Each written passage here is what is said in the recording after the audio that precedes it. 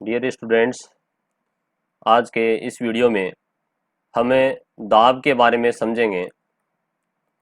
यहाँ हमें वायु दाब, द्रव दाब और उत्प्लावन बल तथा आर्किमिडीज के सिद्धांत और इनका दैनिक जीवन में क्या महत्व है, क्या उपयोग है, इसकी जानकारी प्राप्त करेंगे। तो चलिए शुरुआत करते हैं। सबसे पहले दाब की परिभाषा से कि दाब क्या है या दाब किसे कहते हैं। किसी वस्तु के एकांक क्षेत्रफल पर लगने वाले बल को, तो बल लगता है एकांक क्षेत्रफल पर, उसे ही दाब कहते हैं। कैसे? जैसे मान लीजिए यहाँ अपने पास एक ईंट है, इस ईंट को अपन इस प्रकार से रखा है, तो इसकी ये जो सतह है जो नीचे मिट्टी की ओर है, ये इसका क्षेत्रफल कहलाएगा। नीचे का जो भूमि को या फर्श को स्पर्श कर रहा है, ये इसका एकांक क्षेत्रफल है।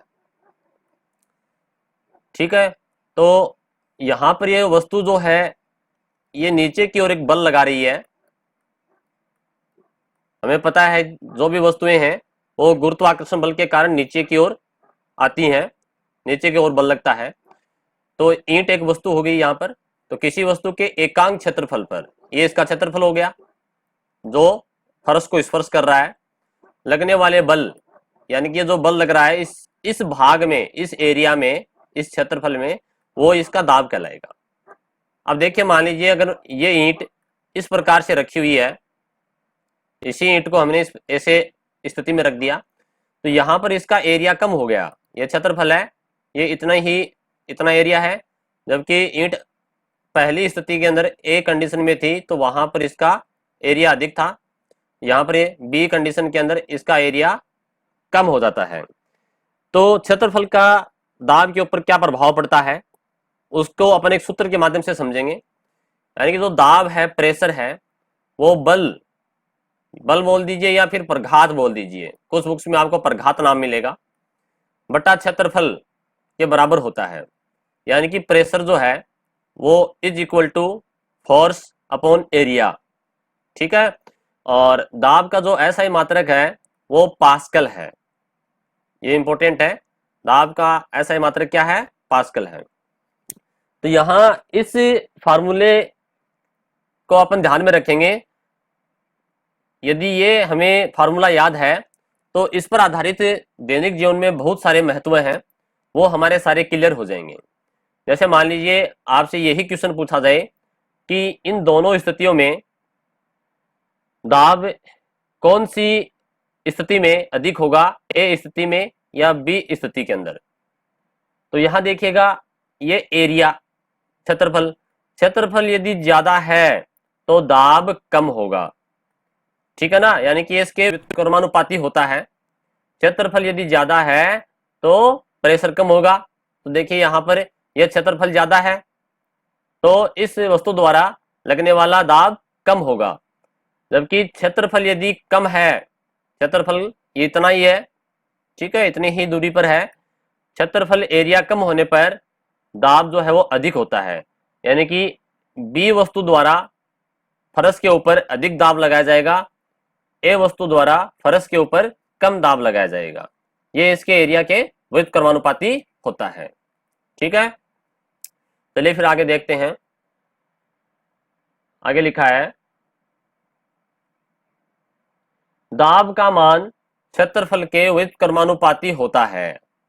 व्युत्क्रमानुपाती का मतलब था यदि एरिया ज्यादा है तो प्रेशर कम, और अगर एरिया कम है तो प्रेशर ज्यादा होता है। इसी के आधार पर दाब के दैनिक जीवन में निम्न उदाहरण हैं। अब ये जो एग्जाम्पल है वो अक्सर एग्जाम्स के अंदर पूछे जाते हैं। पहला एग्जाम्पल है, कीलों के सिरे नुकीले रखना। हम जो दीवार के अंदर या लकड़ी में जो कील लगाते हैं, उस कील का जो सिरा होता है वो नुकीला बनाया जाता है। ऐसा क्यों? जैसे मान लीजिए ये कील है और इस कील का ये जो सिरा है, ये मैंने इस प्रकार से इसको, है ना, आगे से नुकीला नहीं बनाया, और अगर एक कील इसका सिरा हमने इस प्रकार से नुकीला बना दिया तो ये कील जो है इसका ये एरिया, आगे का जो एरिया है, ये जो इसकी टिप है, नोक है आगे की, ये एरिया कम है। अगर एरिया कम होगा तो दाब ज्यादा लगेगा। ठीक है, क्योंकि फार्मूला क्या था, P is equal to F upon A.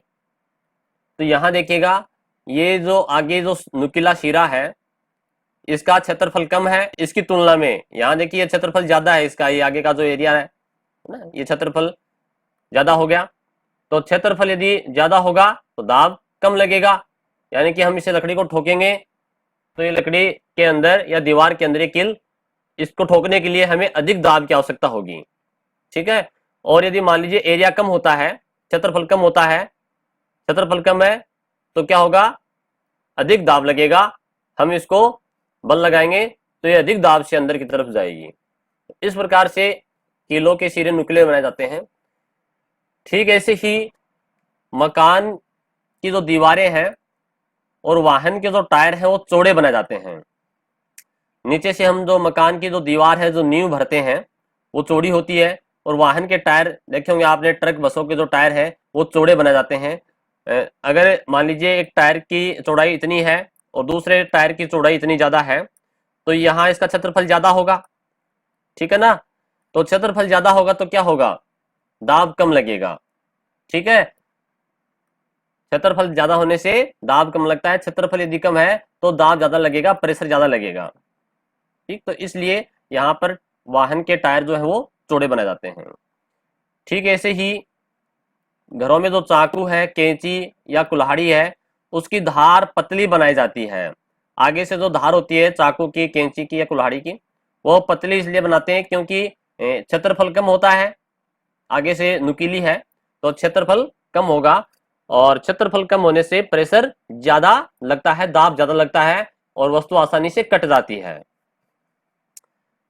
Next है, ऊंट के पांव चौड़े होने से कम दाब लगता है। जैसे ऊंट का जो पैर है वो मान लीजिए इतना स्पेस घेरता है, ठीक है, तो ये इसका क्षेत्रफल ज्यादा हो गया, ये इसका क्षेत्रफल है, और क्षेत्रफल यदि ज्यादा होता है तो दाब कम लगेगा, प्रेशर कम होगा, जिससे ऊंट के पैर मिट्टी में धंसते नहीं है। ऊंट के पैर मिट्टी के अंदर धंसेंगे नहीं, और ये रेतीली मिट्टी में आसानी से दौड़ सकता है, चल सकता है।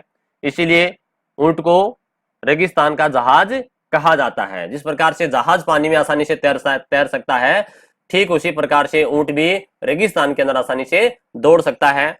जबकि अन्य जंतु जैसे बैल है, उसके पैर नुकीले होते हैं, क्षेत्रफल कम होता है, दाब ज्यादा लगेगा, पैर मिट्टी में धंस जाएंगे, वो दौड़ नहीं पाएगा। ठीक है, नेक्स्ट पॉइंट है, रेल की पटरी के नीचे लकड़ी या कंक्रीट की चौड़ी पट्टियां लगाई जाती हैं, जिससे रेलगाड़ी द्वारा लगाया गया दाब कम हो जाता है। जैसे मान लीजिए रेल की पटरियां इस प्रकार से एक दूसरे के समानांतर हैं, और यहाँ हम देखते हैं कि इस प्रकार से लकड़ी या कंक्रीट के बने हुए ये पटरी के ऊपर बिछे होते हैं चौड़े चौड़े। ठीक है, ये पट्टियां बिछी होती हैं, तो ये चौड़ी पट्टियां ये क्या करती हैं, यहाँ पर इनका जो क्षेत्रफल होता है ये वाला, ठीक है ना, ये जो एरिया है इसका क्षेत्रफल पूरा, ठीक, ये क्षेत्रफल अधिक होने से चौड़ाई अधिक होगी, लंबाई अधिक होगी तो क्षेत्रफल भी ज्यादा होगा। ठीक है, और क्षेत्रफल यदि ज्यादा है तो दाब कम लगेगा, रेलगाड़ी द्वारा जो ऊपर से जो दाब लग रहा है वो कम हो जाएगा, जिससे पटरी जो है वो नीचे की ओर नहीं धसेंगी।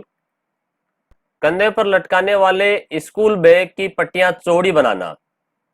बच्चे जो स्कूल जाते हैं वो उनके देखते हैं जो पीछे जो बैग है वो बाजू में ऊपर कंधे के ऊपर जो पट्टियां लटकाते हैं।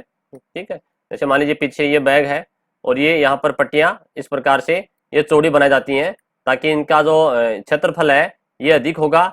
क्षेत्रफल यदि ज्यादा होगा तो ये इसका जो दाब है, जो बल लग रहा है, इसका जो वेट है, वजन है थैले का, उसके कारण बच्चे को यानी कि क्षेत्रफल ज्यादा होने से दाब कम लगेगा, कंधों के ऊपर दाब कम लगेगा। ठीक है, वो आसानी से इसके भार को उठा सकता है। नेक्स्ट है, कूलियों द्वारा बोझ उठाने के लिए कपड़े को सिर पर गोल लपेटकर रखने से वस्तु के संपर्क का क्षेत्रफल बढ़ जाता है, जिससे शरीर पर दाब कम लगता है। देखिए दाब जो है वो भी एक प्रकार का बल ही है। ठीक है, कैसे देखे समझते हैं इसको। जैसे मान लीजिए कोई व्यक्ति है और इस व्यक्ति का ये मान लीजिए सर है, एक रफ डायग्राम बना रहे हैं अपन, और इसने किसी एक संदूक को सर के ऊपर इस प्रकार से रखा है।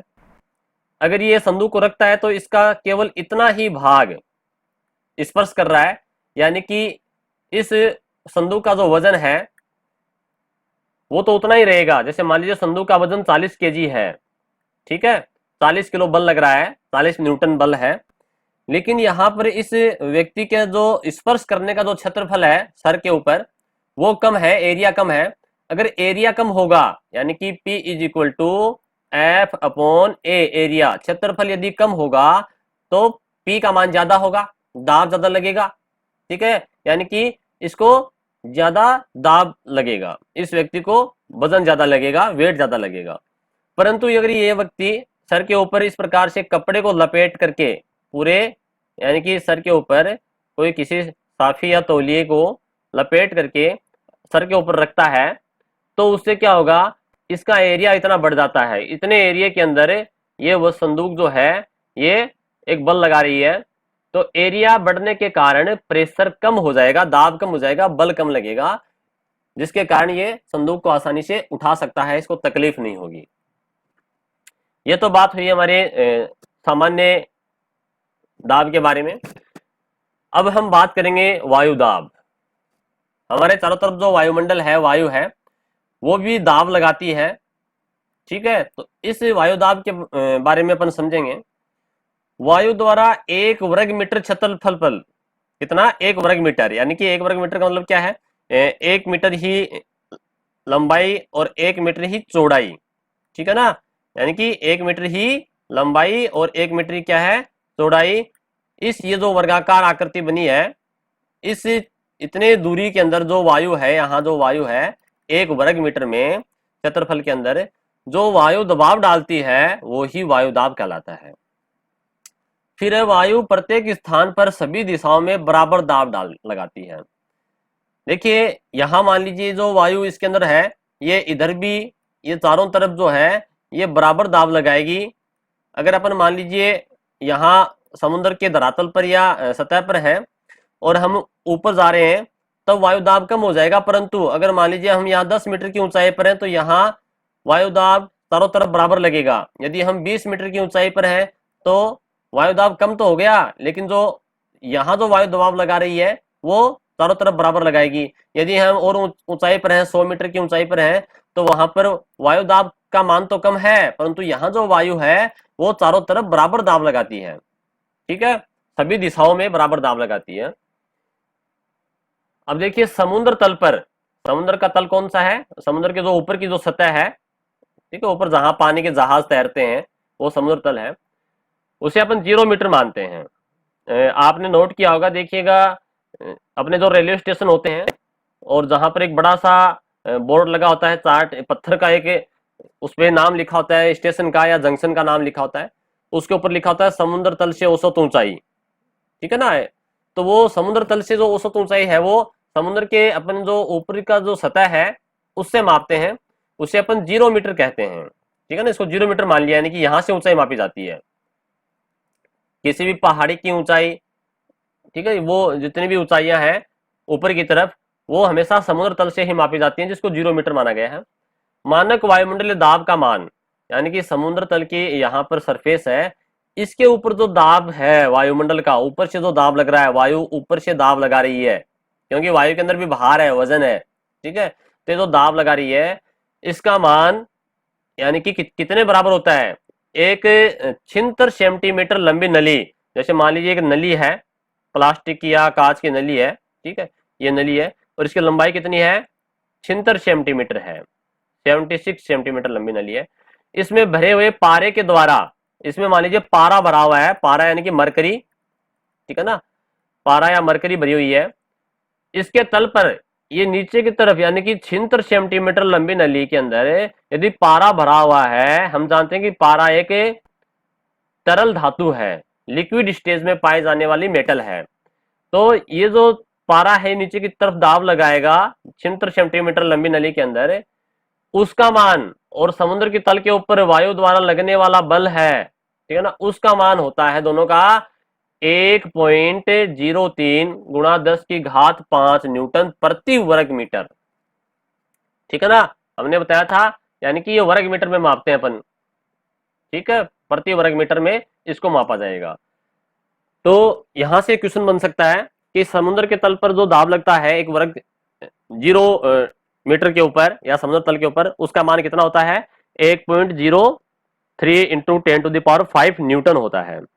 या फिर उतना ही दाब कहां लगेगा? यदि 76 सेंटीमीटर लंबी नली है और उसके अंदर पारा भरा हुआ है, तो वो जो दाब लगाएगी वो भी इतना ही होगा, 1.03 इंटू 10⁵ न्यूटन होता है।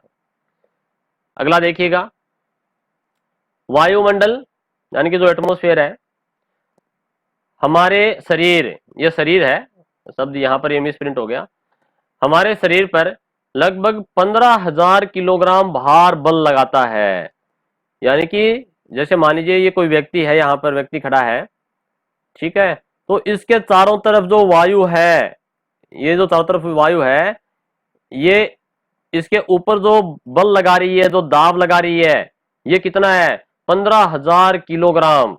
यानी कि हमारे ऊपर यदि 15,000 किलोग्राम वजन रख दिया जाए तो हम मर जाएंगे, जिंदा नहीं रह पाएंगे। ठीक है, परंतु यहाँ पर हम जिंदा किस कारण से हैं, वो उसका कारण आगे आ रहा है। फिर भी हमारा शरीर पिचकता नहीं है, क्योंकि हमारे शरीर में प्रवाहित रक्त, हमारे शरीर के अंदर जो रक्त है, जो कि हमारी धमनियों और शिराओं में, हमारी नलिकाओं में, वाहिकाओं में जो रक्त बहता है, वो भी एक दाब लगाता है। ठीक है ना, जिसको अपन ब्लड प्रेशर कहते हैं, रक्तदाब कहते हैं, रक्तचाप कहते हैं। तो ये जो रक्त वाहिनियों पर दाब डलता है, ये उसको बैलेंस कर लेता है, संतुलित कर लेता है।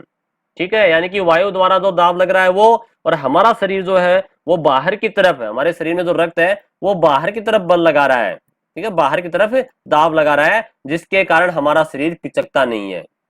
ठीक है, जिसे रुधिर दाब कहते हैं और वायु दाब के बराबर होता है। क्लियर? आगे देखिए, ऊंचाई पर वायु विरल होने के कारण, देखिए जो जो हम ऊंचाई पे जाएंगे, ठीक है, वहां वायु जो है वो विरल हो जाती है, वायु की मात्रा कम हो जाती है। वायुमंडल अंतरिक्ष में तो है ही नहीं, बिल्कुल भी हवा नहीं है, वायु नहीं है।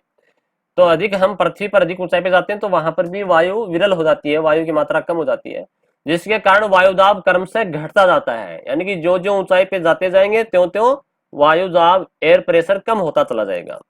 यदि हम अधिक ऊंचाई पर जाएं तो नाक से रक्त बाहर आने लगेगा। क्यों आने लगेगा भाई? क्योंकि वायुमंडल का दाब तो कम हो गया, लेकिन हमारा जो रक्त है वो तो दाब उतना ही बराबर ही लगा रहा है शरीर के ऊपर बाहर की तरफ, जिसके कारण रक्त में जो, अपने नाक में जो पतली झिल्ली है वो फट जाती है, जिसके कारण नाक से खून बहना शुरू हो जाता है, क्योंकि हमारे शरीर का दाब वायु दाब से अधिक हो जाता है। ठीक है, जो 15,000 kg अपन अभी पढ़े, अभी अपन ने समझा था, वो शरीर का जो दाब है, रक्त दाब, वो अधिक हो जाता है और बाहर वायु दाब कम हो गया, जिसके कारण रक्त बाहर आना शुरू हो जाता है। अगला पॉइंट है कि ऊंचाई, हवाई जहाज में, हवाई जहाज भी तो ऊंचाई पे उड़ते हैं, समताप मंडल में उड़ते हैं हवाई जहाज।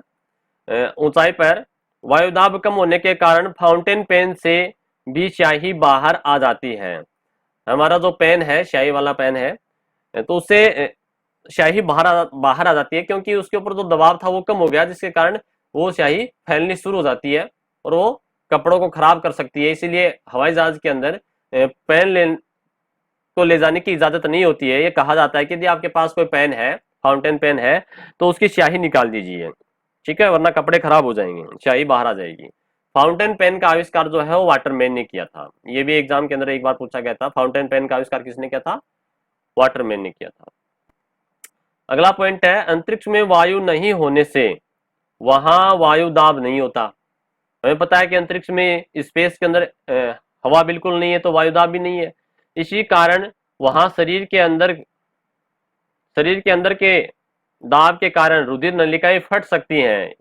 अंतरिक्ष यात्री इससे बचाव के लिए विशेष प्रकार की पोशाक पहनते हैं। वो जो ड्रेस है, पोशाक है, वो शरीर के ऊपर एक निश्चित दाब बनाए रखती है, जिसके कारण रक्त की नलिकाएं फटती नहीं है। वायुदाब मापने वाले, वायुमंडलीय दाब मापने के लिए बैरोमीटर काम में लेते हैं। बैरोमीटर एक उपकरण है ठीक है, जिसके द्वारा वायुमंडल का दाब मापा जाता है। वर्षा के दिनों में वायुदाब कम हो जाता है। बरसात के दिनों में जो वायुदाब है वो कम हो जाता है। क्यों हो जाता है? क्योंकि बरसात के दिनों में जो वायु है वो हो जाती है आर्द्र वायु, वायु में नमी हो जाती है।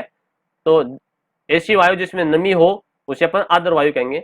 और आर्द्र वायु जो है वो शुष्क वायु की अपेक्षा हल्की होती है। ठीक है ना, जो शुष्क वायु है उसकी अपेक्षा आर्द्र वायु क्या होती है? हल्की होती है। जो हल्की होगी वो ऊपर की ओर चली जाएगी। ठीक है ना, तो ऊपर की ओर चली जाएगी वायु, तो यहां पर जो नीचे है वो दाब, वायु दाब कम हो जाएगा। किसी स्थान पर वायुदाब अचानक कम होने से, अब मान लीजिए ये कोई स्थान है इतनी दूरी पर और इसका वायुदाब कम हो गया अचानक, यहाँ प्रेशर कम हो गया, यानी कि कहने का मतलब ये है यहाँ की वायु बाहर ऊपर की तरफ कहीं चली गई है गर्म होने के कारण। ठीक है ना, तो यहाँ इसका वायुदाब कम हो जाता है। देखिए दोबारा पढ़ते हैं, किसी स्थान पर वायुदाब अचानक कम हो जाने से, अधिक दाब वाले स्थानों से वायु, अब जैसे मान लीजिए यहाँ जो वायु है उसका दाब तो अधिक है ही, ठीक है, बराबर ही है। पहले इसका, इस क्षेत्र का, इस एरिया का और इस एरिया का वायुदाब बराबर था, परंतु यहां से वायु अचानक कम हो गई। ठीक है, तो गर्म होने के कारण या आर्द्र होने के कारण यहां से वायुदाब कम हो गया, जिसके कारण इस कम वायुदाब की जो स्थान है या क्षेत्र है, इसको कवर करने के लिए, इसको घेरने के लिए बाहर जो और जो क्षेत्र है वहां से वायु दौड़ करके आएगी इसको कवर करने के लिए, इसको भरने के लिए। ठीक है ना, अधिक दाब वाले स्थानों से हवा उस स्थान की ओर बहती है जिससे उस स्थान पर आंधी, तूफान, चक्रवात और वर्षा होती है। हम देखते हैं कि मोस्टली जो बारिश आती है उससे पहले आंधी तूफान आते हैं, तो वो आंधी आने का कारण भी यही है, अचानक वायुदाब कम होने से वहां उस स्थान को घेरने के लिए दूसरे स्थान की वायु तेजी से दौड़ती है, जिसके साथ धूल मिट्टी के कण भी हवा के साथ उड़ करके आते हैं और इसे अपन आंधी कहते हैं। सर्दियों में वायुदाब सर्वाधिक होता है जिससे मौसम साफ और ठंडा रहता है। ठीक है, जब तेज हवाएं चलती हैं तो घरों की छत के ऊपर वायुदाब कम हो जाता है, जबकि कमरे के अंदर का वायुदाब अधिक होता है। इसी कारण कमजोर घरों के पतरे या खपरेल उड़ जाते हैं। देखिए समझते हैं इस चीज को। जैसे मान लीजिए ये कोई घर है, कोई मकान है, कमरा है, मान लीजिए कमरा है और यहाँ बाहर जो वायु है, वायुदाब वो 15 न्यूटन है सपोज कीजिए, और अंदर भी वायुदाब कितना है? 15 न्यूटन है सामान्य स्थिति के अंदर। लेकिन जब बाहर तेज हवा चलती है, आंधी चलती है, तो उस समय क्या होगा? यहाँ पर जो वायुदाब है वो कम हो जाएगा अचानक। ठीक है, वायुदाब कम हो गया, मान लीजिए या कितना हो गया यहाँ पर 10 न्यूटन हो गया, तो यहाँ इस कमरे के अंदर जो वायुदाब है वो तो 15 न्यूटन है। ठीक है, और ऊपर इसके चारों तरफ जो वायुदाब है वो 10 न्यूटन हो गया। तो हमें ये पता है कि जो प्रेशर है वो अधिक से कम की ओर जाएगा, यानी कि 15 न्यूटन से 10 न्यूटन की ओर दाब लगेगा। और जब ये दाब अधिक से कम की ओर लगता है तो इसकी यदि छत कमजोर है, छत के ऊपर यदि टिन शेड लगा रखा है, तो वो अचानक यहाँ से ये जो वायु है तेजी से बाहर निकलेगी, जिसके कारण ये टिन शेड यहाँ से उड़ जाते हैं, यानी कि पतरे या खपरेल उड़ जाते हैं। अपन सोचते हैं कि यहाँ से जो वायु जो है इसके कारण ये यहाँ से उड़ा है। ठीक है, बाहर से जो वायु धक्का दे रही है ये इसके कारण नहीं उड़ता है। ठीक है, यानी कि इसको बचाव के लिए हमें एक चीज और है, थोड़ा सा दरवाजा या खिड़की थोड़ी सी खुली छोड़ देनी चाहिए, जिससे क्या होगा, यहाँ जो ऊपर वायुदाब अचानक कम हुआ है इसको कवर करने के लिए धीरे धीरे खिड़की या दरवाजे से ये दो अंदर का जो वायुदाब है ये भी कम हो जाए, बाहर के वायुदाब के बराबर हो जाए, जिसके कारण ये अचानक से इसकी छत जो है वो फटेगी नहीं। ठीक है, अब हम बात करेंगे द्रव्य दाब की। द्रव्य यानी कि पानी जो भी है, द्रव्य कोई भी हो सकता है, तेल हो सकता है, दूध हो सकता है, तो द्रव्य भी क्या है? दाब लगाता है। द्रव्य की स्तंभ, स्तंभ का मतलब क्या है? जैसे मान लीजिए यहाँ ये पानी भरा हुआ है, ठीक है, किसी टंकी के अंदर, तो हमने इतनी दूरी पर ये इतना ही एरिया अपन नापेंगे मान लीजिए, तो ये इसकी ऊपर की तरफ ये जो ऊंचाई है, ये ऊंचाई, ये इसका स्तंभ कहलाएगा। ठीक है ना, ऊपर से नीचे की ओर या नीचे से ऊपर की ओर ये जो इतना जो ऊंचाई है ये इसका स्तंभ है। द्रव्य की स्तंभ की ऊंचाई बढ़ने पर द्रव्य का दाब बढ़ जाता है। यदि मान लीजिए यहाँ पर 1 मीटर की ऊंचाई तक ही पानी भरा है और मान लीजिए अपने अब टंकी के अंदर 2 मीटर की ऊंचाई तक पानी भर दिया, यहाँ पर अब इसकी ऊंचाई कितनी हो गई? ये 2 मीटर हो गई। ठीक है, तो सीधी सी बात है, पहले तो जो 1 मीटर के ऊपर यहाँ 1 मीटर की ऊंचाई पर था, इतनी दूरी पर, तो ये जो दाब था ये मान लीजिए यहाँ पर 3 न्यूटन था, और अपने जब 2 मीटर की ऊंचाई तक भर दिया तो इसका मान जो है वो सपोज कीजिए कि 6 न्यूटन या 5 न्यूटन जो भी वो बढ़ जाएगा, अधिक हो जाएगा। ठीक है। एक ही क्षितिज पर स्थित बिंदुओं पर जल दाब बराबर होता है। क्षितिज के ऊपर देखिए, समझिए, मान लीजिए अपने पास कोई बर्तन है और यहाँ पर इसमें 3 छेद कर रखे हैं अपन ने, पानी से भरा हुआ है। तो हमने प्रयोग करके देखा भी होगा, इन सभी छेदों से जो पानी बाहर आ रहा है उसकी उसके तीनों के ऊपर बराबर दाब लगेगा।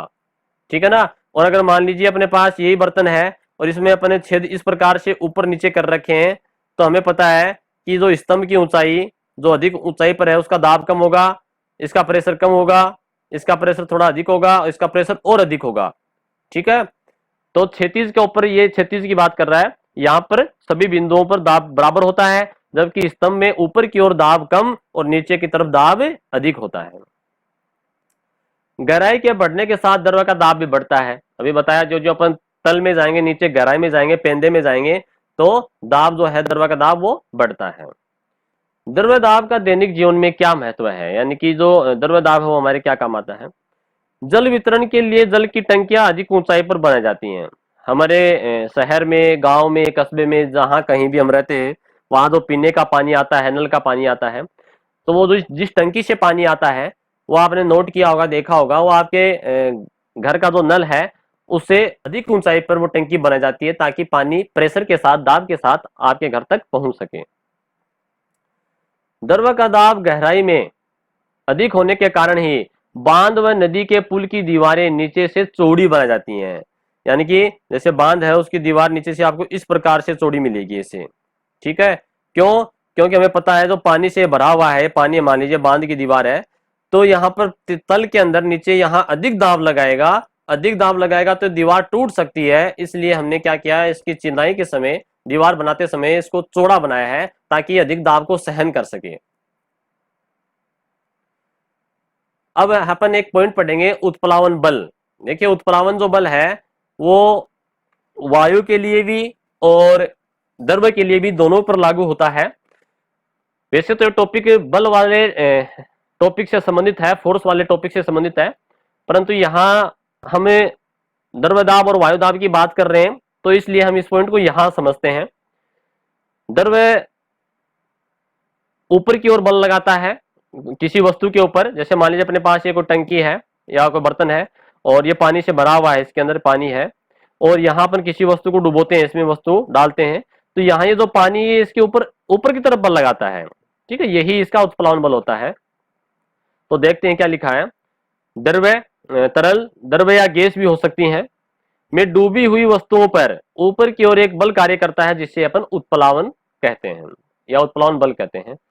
तरल पदार्थों की यह तरल पदार्थों की ये जो गुण है, तरल पदार्थों का, है ना, ये का आएगा, ये का यह गुण उत्प्लावकता कहलाता है, इसे अपन उत्प्लावकता कहते हैं। अब देखिए, उत्प्लावन बल जो है वो कैसे कैसे काम करता है अपन देखेंगे। जब वस्तु पूर्णतः तरल में डूबी हो, मैं यहाँ एक डायग्राम बना रहा हूं, जैसे मान लीजिए ये वस्तु है, ये कोई वस्तु है, ठीक है, और यहाँ ये पानी से भरी हुई है, तो ये वस्तु पानी के अंदर डूबी हुई है। ठीक है, यानी कि इसकी सतह पर पानी, ऊपर ये वस्तु बाहर दिखती नहीं है। तो उस समय क्या होता है, विस्थापित द्रव्य का भार, वस्तु के भार में कमी। देखिए, इसको समझने के लिए अपने पहले एक एग्जांपल से समझेंगे। जैसे मान लीजिए अपने पास कोई एक बर्तन है और ये पूरा पानी से भरा हुआ है ऊपर तक, ठीक है, और अपने पास एक वस्तु है जिसका वजन जो है वो 6 केजी है। कितना है? 6 केजी की वस्तु है। जब अपन ये वस्तु इस पानी में छोड़ेंगे, डुबोएंगे, तो इसका जो बर्तन का पानी है वो बाहर आना शुरू हो जाएगा, और जब वस्तु ये पानी में डूबेगी तो उसका वजन कम हो जाएगा, क्योंकि नीचे से एक बल लगता है, उत्प्लावन बल, वो वस्तु को ऊपर की ओर बल लगाता है, जिसके कारण इसका वजन कम हो गया। सपोज कीजिए जब इसको पानी में डुबोते हैं तो इसका वजन हो गया 4 केजी। ठीक है, कितना हो गया? 4 केजी। बाहर था 6 केजी, 2 किलो कम हुआ है, तो ये जो पानी, इसका जो पानी बाहर निकला है, ये कितना निकलेगा? ये 2 केजी निकलेगा। यानी कि ये जो अंतर है, बाहर वस्तु का जो वजन है, बाहर वायु में वस्तु का जो वेट है, और पानी के अंदर जो वस्तु का वेट है, जो भार है, उन दोनों का अंतर डिफरेंस, यानी कि 4 और 6 का डिफरेंस कितना है, 2। ठीक है, तो ये यहां पर वस्तु द्वारा जो हटाया गया जो द्रव्य है, 2 किलो इसने क्या हटाया है, 2 किलो भार पानी इसने हटाया, किसने, इस वस्तु ने 2 किलो हटाया है, बाहर निकाल दिया। तो वस्तु द्वारा हटाए गए द्रव्य, वस्तु ने जो द्रव्य का भार जो हटाया है वही उसका उत्प्लावन बल है। इसने 2 किलो भार हटाया, तो यहां इसका कितना हो गया, 2 न्यूटन बल हो गया। कितना हो गया, 2 न्यूटन बल कहलाएगा ये। क्लियर। अब देखो समझते हैं क्या लिखा है, विस्थापित द्रव्य का भार, विस्थापित द्रव्य कौन सा, जो पानी बाहर निकल गया, कितना है ये, 2 केजी। वस्तु के भार में कमी, वस्तु के भार में कमी कितनी हुई, बाहर तो 6 था, अंदर 4 हो गया, यानी कि 2 किलो कम हो गया ना। कमी का, वस्तु के भार में कमी का मतलब क्या है, बाहर का वजन, बाहर का भार और तरल के अंदर का भार के बराबर होता है, यानी कि विस्थापित द्रव्य का भार 2 केजी और वस्तु के अंदर जो अंतर है भार में, बाहर का और अंदर का जो अंतर आया है वो बराबर होता है, इसे ही उत्प्लावन बल कहते हैं। ठीक है, वस्तु को पूर्णतः डुबोने के पश्चात और भी गहराई में ले जाने पर उत्प्लावन बल का मान नहीं बढ़ता है। जैसे मान लीजिए कोई वस्तु है वो पानी में पूरी रूप से यहां डूबी हुई है, चाहे इसको डुबो करके और नीचे ले जाओ, तो उत्प्लावन बल जो है, इसके ऊपर जो बल लग रहा है वो नहीं बढ़ेगा, वो बराबर रहता है। डूबने के पश्चात जितना बल इसने ये लगा रही है वस्तु, जैसे 2 न्यूटन बल लगा रही है, तो चाहे वस्तु यहां हो या यहां पर हो, 2 न्यूटन का ही बल लगेगा। ठीक है, उसका मान नहीं बढ़ता है। जब वस्तु आंशिक रूप से डूबी हो, आंशिक रूप का मतलब क्या है, जैसे पानी की सतह यह है और वस्तु आधी बाहर और आधी अंदर है, ठीक है ना, आधी बाहर है आधी अंदर है। वस्तु का जितना अधिक भाग तरल में डूबा होगा, मान लीजिए ये भाग इसका पानी में डूबा हुआ है, उत्प्लावन बल उतना ही अधिक होगा। ठीक है, दूसरा मान लीजिए ये वस्तु है, ठीक है, और ये इसका इतना भाग पानी में डूबा हुआ है, इतना सा ही भाग बाहर है, तो जितना अधिक भाग, ठीक है, इसका वस्तु का जो उत्प्लावन बल है वो कम होगा, क्योंकि इसका कम भाग पानी में डूबा है, इतना ही भाग डूबा है। जबकि दूसरी वस्तु इसका इतना भाग पानी में डूबा है, तो इसका उत्प्लावन बल ज्यादा होगा। अब हम पढ़ेंगे आर्किमिडीज के सिद्धांत। जो वैज्ञानिक है आर्किमिडीज, उसने फ्लोटिंग के लिए, वस्तुओं को तैरने के लिए सिद्धांत दिया है, उनके पॉइंट समझेंगे। पहला ही क्वेश्चन ये बनता है एग्जाम के अंदर कि आर्किमिडीज किस देश के निवासी थे, तो आर्किमिडीज ग्रीस देश के निवासी थे। ठीक है, चलिए आगे देखते हैं इसमें। यदि वस्तु द्वारा हटाए गए द्रव्य का भार, अभी अपन ने समझा कि किसी वस्तु को अपन पानी में डुबोते हैं, मान लीजिए वस्तु, इसको पानी में डुबोया, ठीक है, और अंदर डुबो दिया यहाँ पर, तो इसने कितना, 2 केजी पानी बाहर निकल गया, ठीक है ना, यानी कि 2 न्यूटन, 2 किलो इसने भार जो है, 2 न्यूटन इसने जो भार पानी को बाहर निकाल दिया, हटा दिया। ठीक है, यदि वस्तु द्वारा हटाए गए द्रव्य का भार कितना है, 2 केजी, तो ये 2 केजी है जो बाहर हटाया, ये तो इसका उत्प्लावन बल है। ठीक है, वस्तु के भार से कम है, वस्तु का भार कितना था, 6 केजी, भाई वस्तु का भार कितना था, 6 केजी, और इसने हटाया कितना, 2 केजी, तो ये तो कम हुआ ना, 2 ही केजी हुआ। ठीक है, तो वस्तु डूब जाती है, तो उस कंडीशन में वस्तु डूब जाएगी। वस्तु कब तैरेगी और कब डूबेगी, ये आर्किमिडीज ने बताया।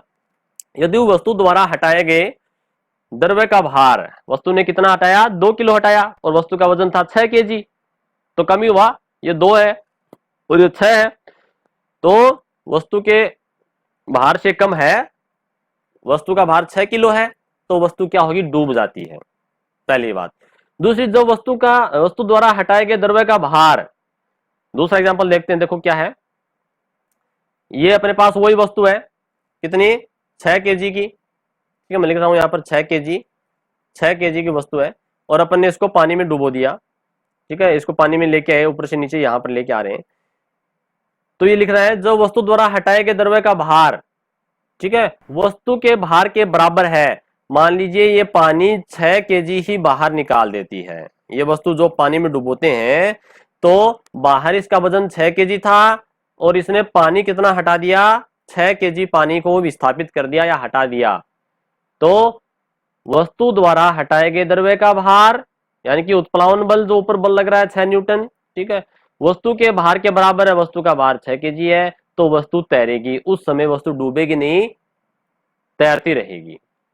ठीक है, अगला पॉइंट देखिए, पानी के घनत्व से कम घनत्व वाली वस्तुएं पानी की सतह पर तैरेंगी, जबकि अधिक पानी के घनत्व से अधिक घनत्व वाली वस्तुएं पानी में डूब जाएंगी। समझते हैं, देखो कैसे। मान लीजिए ये अपने पास कोई पानी के कण है, अपन देखते हैं, और ये पानी के कण जो है इनका घनत्व है। घनत्व आप सभी जानते हैं, किसी एक क्षेत्रफल के अंदर किसी वस्तुओं की संख्या है ना, उसका घनत्व कहलाती है। जैसे मान लीजिए जनसंख्या घनत्व की बात करें तो अपन कहते हैं ना, इतने क्षेत्रफल के अंदर, जैसे मान लीजिए एक वर्ग किलोमीटर किलोमीटर में 100 आदमी है ना, 100 व्यक्ति हैं। तो मैंने यहाँ पर ये 100 व्यक्ति बना दिए इस प्रकार से ना। एक वर्ग किलोमीटर में, वर्ग किलोमीटर का मतलब क्या है, 1 किलोमीटर लंबाई, 1 किलोमीटर चौड़ाई। तो ये इसका घनत्व कहलाएगा, जनसंख्या घनत्व, जन घनत्व जिसको कहते हैं। तो उसी प्रकार से ये मान लीजिए अपने पास बर्तन है और इसके अंदर पानी के कण है, पानी जल के अणु है, H2O वाटर है, तो उसका घनत्व इस प्रकार से है। ठीक है, यानी कि कणों के बीच में थोड़ी दूरी, इतनी दूरी आपको दिखाई दे रही है, दूरी है। अब देखो समझते हैं, ये तो क्या इसका पानी है, पानी की बात होगी। मैं लिख देता हूं यहाँ पर, ये पानी है बर्तन के अंदर। ठीक है, पूरा पानी ये जो है नीचे की तरफ भी पानी के जल के अणु है। पानी के घनत्व से कम घनत्व वाली वस्तुएं पानी की सतह पर तैरेंगी। देखो पानी का घनत्व ये था, ठीक है, और ऊपर कोई वस्तु है, उसका घनत्व है पानी के घनत्व से कम है, यानी कि पानी के घनत्व से कम घनत्व वाली वस्तुएं। ये तो पानी का घनत्व कितना है, मान लीजिए यहां इतने क्षेत्रफल के अंदर यहां पानी के अणु मान लीजिए 100 अणु है, ठीक है ना, 1 वर्ग मीटर में यहां पर 100 कण है। लेकिन बाहर ऊपर जो वस्तु है उसके 1 वर्ग मीटर के अंदर 50 ही कण है। ये लोग मैंने दूर दूर बना दिए। देखो यहाँ पर इस दूरी के अंदर 1 2 3 4 5 6 थे, यहाँ मैंने 3 ही कण बनाए इतनी दूरी के अंदर मान लीजिए। तो यहाँ पर इसका घनत्व कम है, ठीक है ना। तो ये कम घनत्व वाली वस्तु है, ये पानी के अंदर डूबेगी नहीं, ये तैरती रहेगी ऊपर। जबकि पानी के घनत्व से अधिक घनत्व वाली, जैसे मान लीजिए यहाँ पर 1 2 3 4 5 6 जल के अणु थे इस क्षेत्रफल के अंदर, और ऊपर मान लीजिए यहाँ पर मैं छोटे छोटे यहाँ 10 अणु जल के बना देता हूं या किसी अन्य तरल पदार्थ के बना देता हूं, तो इसका घनत्व 10 हो गया और इसका पानी का कितना था, 6। तो यहां पर इसका घनत्व 10 है, इसलिए यहां पर क्या होगा, ये वस्तु नीचे पानी के अंदर डूब जाएगी। ठीक है। आर्किमिडीज के सिद्धांत के अनुप्रयोग। आर्किमिडीज का जो सिद्धांत है वो हमारे दैनिक जीवन में कैसे उसका उपयोग है वो समझते हैं। समुद्र में गोताखोर आपने देखे होंगे, जो सिलेंडर पीठ के पीछे सिलेंडर बांध करके पानी के अंदर नीचे जाते हैं, गोताखोर होते हैं, फिर वो गोता लगा करके वापस बाहर आ जाते हैं, है ना। तो गोताखोरों को जब सतह पर आना होता है, पानी के पेंदे में नीचे चले गए, वो नीचे गहराई में चले गए, वापस ऊपर आना होता है, तब वे अपने विशेष कपड़ों में हवा भर लेते हैं, ठीक है ना। उनके जो कपड़े होते हैं विशेष प्रकार के कपड़े होते हैं, और उसके अंदर वो हवा भर लेते हैं। हवा भरते ही क्या होता है, उत्प्लावन बल का मान बढ़ जाता है, और उत्प्लावन बल का मतलब नीचे से ऊपर की ओर बल लगता है ना, नीचे से ऊपर की ओर बल लगेगा तो ये उस व्यक्ति को ऊपर की ओर धकेल देगा, पानी की सतह के ऊपर आ जाएगा, सरलता से सतह पर आ जाते हैं। पानी के जहाज इस प्रकार बनाए जाते हैं ताकि उनके द्वारा हटाए गए पानी का भार जहाज के भार के बराबर हो, इसलिए तैरेगा ये। यानी कि उसने समुद्र के ऊपर जो पानी के जहाज तैरते हैं, नदी में पानी के जो जहाज तैरते हैं, तो उनके द्वारा हटाया गया पानी का जो भार है वो जहाज के भार के बराबर होगा, तभी वो तैर पाएगा। जैसे मान लीजिए जहाज का भार जो है वो 1000 kg है, ठीक है, और उसने 1000 kg ही पानी का भार हटाया है, तभी वो तैर पाएगा। लोहे की सुई के लिए हटाए गए पानी का भार सुई के भार से कम होता है, इस कारण यह डूब जाती है। देखो ये क्वेश्चन भी बनता है कि लोहे का बना पानी का जहाज तो पानी में तैरता है, जबकि लोहे की बनी हुई सुई पानी में डूब जाती है, ऐसा क्यों हुआ?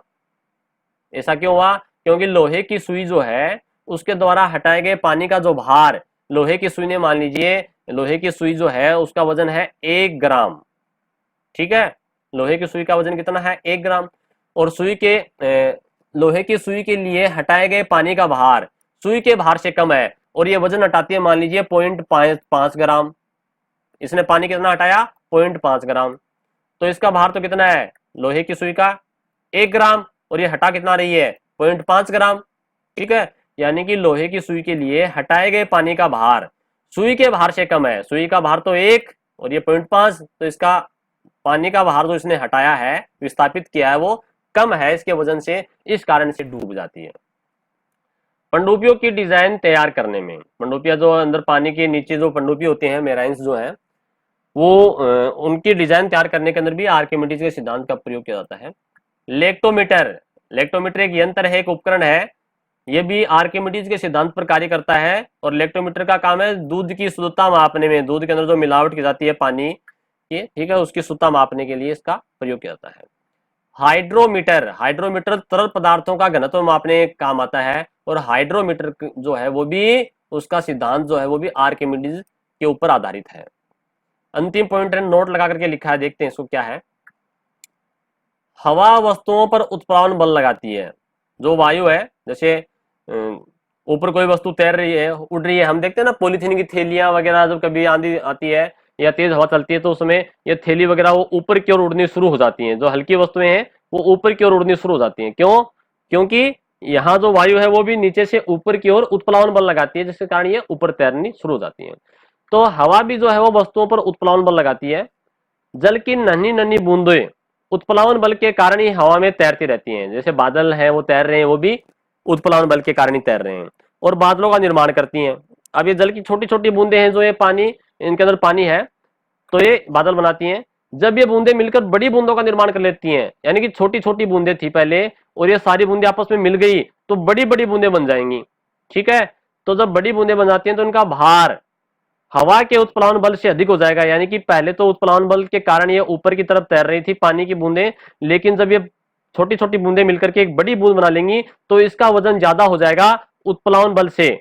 उत्प्लावन बल से ज्यादा भार होने के कारण ये बूंद नीचे की ओर आनी शुरू हो जाएगी। ठीक है ना, इनका भार हवा के उत्प्लावन बल से अधिक हो जाता है और बूंदें नीचे गिरनी शुरू हो जाती हैं, जिसे वर्षा कहते हैं, और बरसात होनी शुरू हो जाती है।